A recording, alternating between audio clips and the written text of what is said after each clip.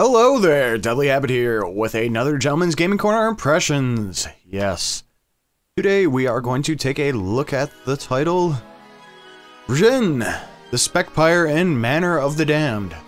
Rijn, I think that's how it's pronounced. But yes, this just recently came out on GGC. Let's see, I'll start a new game.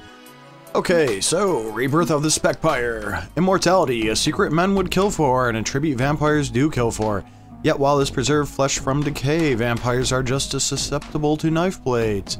In the ancient times, Lord Didrikia, a vampire of great power, convened with the other leaders of the damned races and put forth his goal of creating a new species. He wanted the species to have not only the vampiric life-sustaining power of blood drinking, but also to have more fortitude. Many of the races tried, greedily hoping to evolve their own race and become dominant, but failed. Finally, the reclusive specters came to the vampires with their results. The Specpyre, capable of draining life out of all others through projected physical form, the Specpyre could only be killed if its actual body was burned. Eliminating the projection caused only a minor strain on the mind of the Specpyre. However, angry that none of the races had been successful, the other damned ones killed the vampire and specters and destroyed their creation. For thousands of years, the knowledge was thought to be lost until a trio of vampires stumbled across an ancient tome and unlocked the secret.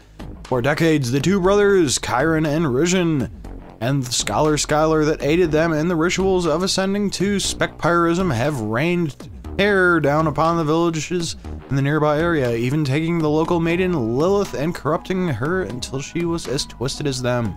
The villagers know they have no chance of ever rising against the immortal lords. Thus, they have selected a vampire of questionable origin, but unquestionable power, to confront and destroy these tyrants. Facing his own demise, if he stays, his only path is to destroy these unnatural beings. So yes, there's a backstory. This handles quite a bit like, say, Zelda or Secret of Mana a bit. It's typical action-adventure.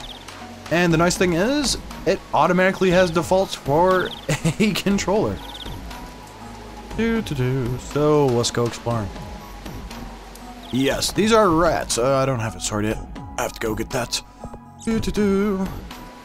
Yeah, this has an awesome soundtrack to it as well. Sprites are all really well drawn for what they are. It's honestly, it feels like a throwback to SNES, and that's not a bad thing. Alright, let me go get the sword. Yes, there's rats everywhere. Okay, found sword. Haha. Yes, you kill rats, you regain health, as you can see up top. When you kill enemies, you regain health. I guess that's the vampire part of you. Now, the other thing is, this game emphasis is on exploring.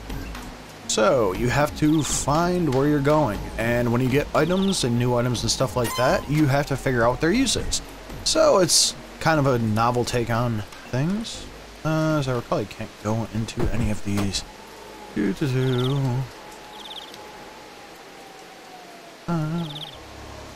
God, I love the soundtrack fix though. Okay, continuing on.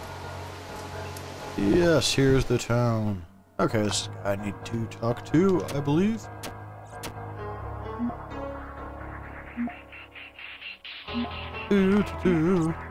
Come on, talk to me. I don't know. Okay. You know what? I'm gonna load a game. Just because I have everything and... let's see, there's 9 minutes in. Unfortunately, this game, its one downfall is it's short. I beat it in under 2 hours, if that gives you an idea of how short it is. Okay, so there is a variety of enemy types.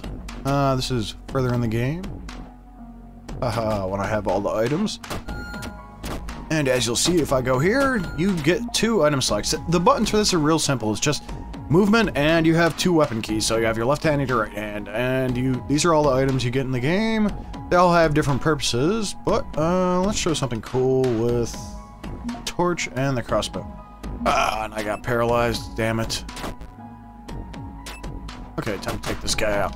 Okay, so when you have the torch and you have the crossbow equipped, you shoot flaming arrows. Oh god, those guys are annoying. The other real kind of downfall of this game for me was the bosses are incredibly easy. I've had more tough times with some of the regular enemies like these than I did with the bosses. Switch to sword and 2-star. Let's see if I can go find some more enemies.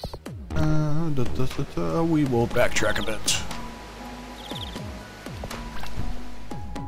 Yeah, but there's a decent amount of variety in the enemies. I mean, there's not that much, but I mean, for how short the game is, you won't really notice. But you do get segments like this where they do kind of cheese out. And you get constantly paralyzed or something like that. It's kind of cheap. I actually died a few times due to that, but it's not that bad. The other cool thing is the enemies actually fight each other. So the enemies can damage each other, and you can use that to your advantage. There's also some puzzles in this game. Like I said, a good chunk of it is about exploration. So it works out well. I believe that button unlocks that door. Yeah, those guys don't attack me yet. Haha, you can't reach me. Let's backtrack a bit. But yeah, as you can see, the gameplay is standard action-adventure type deal. I believe this is selling for $5 or so. God, it's hard to gauge what a game's worth nowadays, especially with how cheap indie games and all the sales on Steam and stuff go. But like I said, I easily beat this in under 2 hours, and I don't honestly see that much of a replay value to it because there's no, say, New Game Plus or harder difficulty mode or real incentive. I mean, the story to it's good and everything, but like I said, I don't really see any replay values. But if you're a fan of action-adventure games, definitely check this out. Yes, let me go to settings real quick and show you this. Yes, you have the controls, so there you go. It automatically has gamepad controls for standard HID compliant controllers, which I love. It's not just one of those bullshit, oh, it supports Xbox 360 controls and not regular joypads. Video options, you have all your resolution bit depth, windowed mode, and sound. Like I said, the music in this is awesome. You got your 808s. It's got like some drum and bass numbers, breakbeat, and a dubstep track. Oh no, dubstep. No, it's not all that annoying. What shit. Okay, cool. But this is Deadly Habit. Like I said, this has been Rijn the Specpyre and Manor of the Damned. If you're a fan of action-adventure games, definitely check it out. There's a demo available as well on Desera. Alright, check you guys later. Peace. So, you like video games. Of course you like video games. Video games are freaking awesome. That's why. You got nothing better to do than watch a YouTube video of me blabbing on about video games. Why not visit vinesauce.com? Yes, vinesauce.com, where there is live streaming of games with a chat, a forum, and a blog where I post my videos like this, and also interviews and news and other cool stuff. So you got nothing better to do anyways, head on over to vinesauce.com right now.